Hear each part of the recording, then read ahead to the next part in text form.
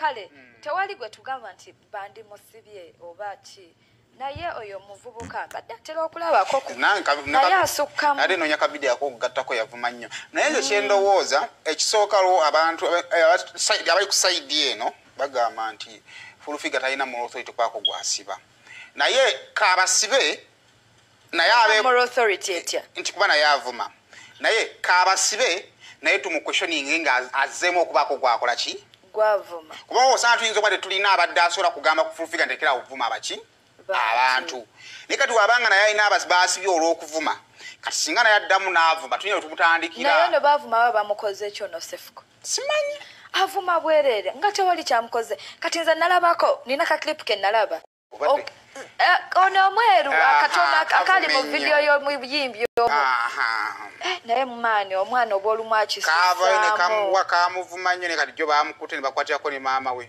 jo fulufiga yabasibi ate n'abalaba yawoninga okusiba abanona naye ebyaddala oyo mwana oba olumu akisussaamu oba mwana oba mulenzi wa muvubuka eba olumu okisussaamu kuba agenda n'avuma abantu kati nalabako yavuma Remi n'ateekamu ne maama wa Remi tulina problemu eri emu abaana abali ku TikTok ebitundu nga 6 mu 5 ku buli 100 baayagala okubaako abaakabi ne babeera rejected ne bafuna platform etalina ngeri gibikwetaagisa ne bagigendako ne bafuuka ba star ne kambuuze baba baserebu abali ku TikTok bobanga olina following enene ku TikTok kikufuula kubeera owakali ku TikTok obulamu bwabwe ne bukyukira ddala ng'akola coach okay for example Mickey akola comedy tujja gamba nti alinako comedy we tumulaba ne tunyumirwa ne breakthrough eri ku TikTok kati waliwo abajja ne bakola videos entera okulabako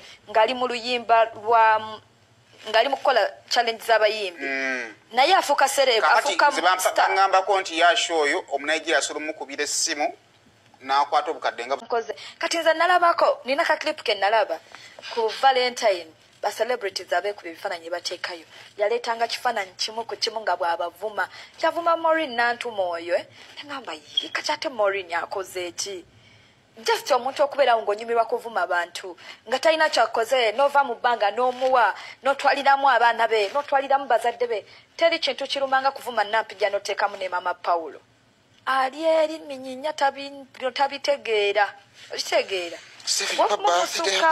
yaka tusuubire agenda kufuna ekyokuyiga aba media mugamba ki kati fulufiga osibye omwana mbu kubanga yakuvumye naye fulufiga butaba na nsonyi na mpisa eri abantu okwata akavubuka akato okasibe fulufiga ani akusinga okuvuma abantu ani akusinga okuyonoona abantu okuviira ddala ku Bobi Wine bannange mutuleke nze munda badonasi yasiba nvuma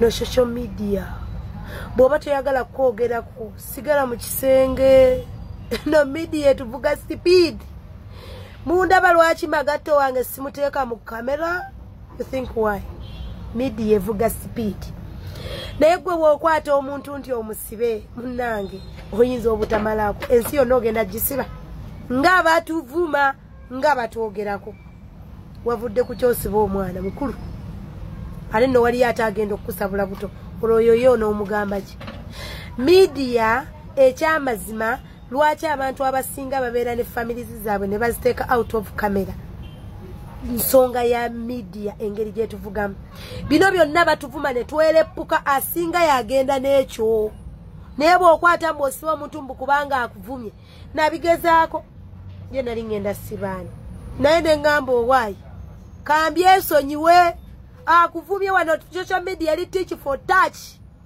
bw'onoogamba ku bantu fulufiga b'ovumye mukwano nze ndaba n'okuswala jjayo omwana mangu mukomera janguwa speed ku bantu b'ovumye n'obayusa bubi tewalisaanye kusiba muntu yenna mbwakuvumye tekisoboka abantu bangi b'oyisizza obubi mukwano sikugamba mu bubi kuba nze nkwagala era okimanyi ate nina ensonga lwaki nkwagala naye ate we butuuka mu kuvuma mukulu naawe oli muvumi kati mbabuulira mwenna abali ku media wano nti buligwe gundi yajogerako ngenda musiba tebikola ekikulu wajja mu media ng'ogimanyi tolinawo okwatira mwana nti omusibe ffenna batuvuma ate naawe b'ovumye bangi ovumye Bobi Wine takwatangako okuba nti akuteeke mukomera ovumye baani mukwano y'omwana mukomera mangu oyo gaye gwe wasibye nze simumanyi nnyo simufolowinga nnyo oba oli awo naye neewunyiza nagenza okulaba kasitole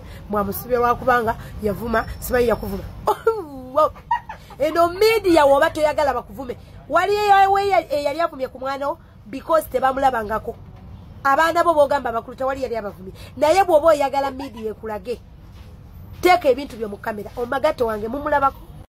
TikTokers gather, leave whatever you're doing and gather. Lero tukoledde eno kansoke mbuze ekibuuzo Uganda police temanyi mateeka gafuga app eno nti mulimba TikTokers ambu obozo bakwata kafilter ka Gold Coast tokalekaayo. Okay, straight to the point.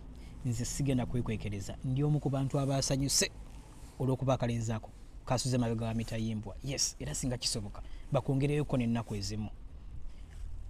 Ndi victim, I've been abused, mpemuddwa from way back. Abaludde ku TikTok eyo mukimanyi olw'akalenzaako. Muna mukazi wattu ali weak hearted, avumiddwa, awemuddwa. Abaana ab'obuwala bangi nnyo wano. Mwala ba Gold Vive ng'akaaba. Bawemuddwa, bambuddwa akalenzaako n'abamu baatalabangako. All in the name of content. Bannange okwevuma kubaawo okwejerega, but don't go too personal. Where do you get the audacity to insult someone's parents, someone's kids? Vumo yakuvumye. Okitegeera. Yes, full figure avuma awemula teri akiwagira ekyo. Naye bw'akuvuma ne kikukwatako genda mu mateeka omuvunaane. Teri ali waggulu w'amateeka. There is no one above the law. Ekyo tekijjaawo nti okukwata kala kavubuka mukyamu. No. Mutuufu era omuvubuka oyo abadde asaana okuvunaanibwa. Depressing abantu bangi. People hurting. People crying behind their smartphones lwa butalaga. Because of you people abavuma abantu abefuula nti okuvuma content. Likes, comments mugenda zifuna. Naye ebeere lesson. Saawa eno Cephco maama we yayimiriddewo naye. Mpozi n'abantu abamu betwalabye ku kamera. Simu abamuwaga abamusudiya. Abefuula nti muli ku side ye. Stop being hypocrites. Abantu mubabuulira amazima. This is wrong. Platform eno mugyonoonye. Mugifudde ekitagasa. Okitegeera. Era eneebeere lesson eri abo abantu abali wabweru wa Uganda abakozesa app eno nga Cephco bwakola. Ng'okimanyi nkyo ogenda kudda e Uganda. Ng'ensi gy'oli mutegaba butuuze. I'm talking to people in the Arab world. Mwe mukyasinza okubeera n'empisa ensi woofu on record. Bugenda kukyenkya abantu bakuuma obusungu ojja kudda e Uganda kutuusaako ekikyamu bajja kukuba oba bajja kusiba omuntu ajja okuyimirirawo ku lulwe ajja kuba wa famire yo. Si bano abantu ababawaga ababalimba mu comment section. I'm telling you. Leero abadde oyo enkya ogenda kuba ggwe bane mu respecting abantu. Mukole content atali wa kuvuma. There is a lot of things you can do on TikTok. Abantu ne bakwagala. Akakalenzi kikasaana. Kale lengere entalaganye eno, laba embuyabuya, laba enkoddomali eno. Mbunaawo osiba mwana w'omuntu. Ne bannange tumanyiddwa gavumenti eno. Ne tetwandimanyiddwa bantu. Naawe afaanana ng'omuntu otumanyiire. Lwaki mukuba abaana b'abandi ebisiraani mbu mubateeka mu makomera ga Museveni agalinga entaana? Kati oyagala kwefuula nti maama oli mulungi. Fulufiga kyekikufuula maama, kyekikufuula omukazi owovunaanyizibwa. Tolina nti olina kyoyambye munna Uganda, tolina music mu Uganda, naawe nse kumanyidde mu kuvuma, kwesiba ku bantu, kwogera gagambo ganene gasinga n'ebitundu bye ebyekyama. Oli kikazi kizibu nnyo. Utunulanga mwaka gwa 2020. Wenna weekulira Nagalaali ye 3 disorganized. Oli bule nsawo kusweta we bakuteeka mu buliri tebamanya nti odyeno oba otunudde eri. Oli wakusinkana tamanyi oba ojja oba ogenda. Wenna olinga ndi bwota ya buleega. Ani yandikulidde kikazi gwe nga n'omulenzi wo tugenda tandika omulamagira kuba yali muziro okutindiga olugendo mpaka eyo gye musula mu ghetto zammwe eyo Museveni gye yakukunkunula. Waddira akavubuka maama nowejjako ennyonta owawalanga toyi mpya ani yandikusabye ebitundu ebyolukale toyina na byakyama n'okozesa akaana k'abendi ensi evuddeyo ekujajinga otandise okweripa ku ba tiktoka ojjawo amawulire.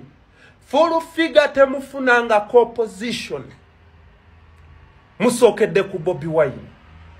Mutambulidde ku misaayi gy'abantu. Abaana b'abendi bali mu makomera mwe mugulumiza gavumenti eneriko mwefudde abawabuzi. Naye munnange ekiseera kigenda kutuuka. Ngamba gwe enkoko kanyera mutunzi gwe. Owulira? Ojja kugwako mu gaapu z'abalala.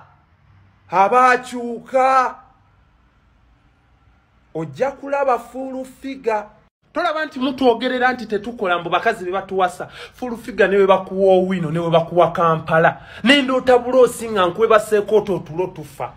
Gwatunulanga omwaka gwa 2020. Gwatunulanga oluyimba lwa Edimiza lwe yasookerako. Full figure n'obwa full figure bwo. Wenna totegeereke kolinga minzaani z'embizi zino ezasookawo. Full figure kiki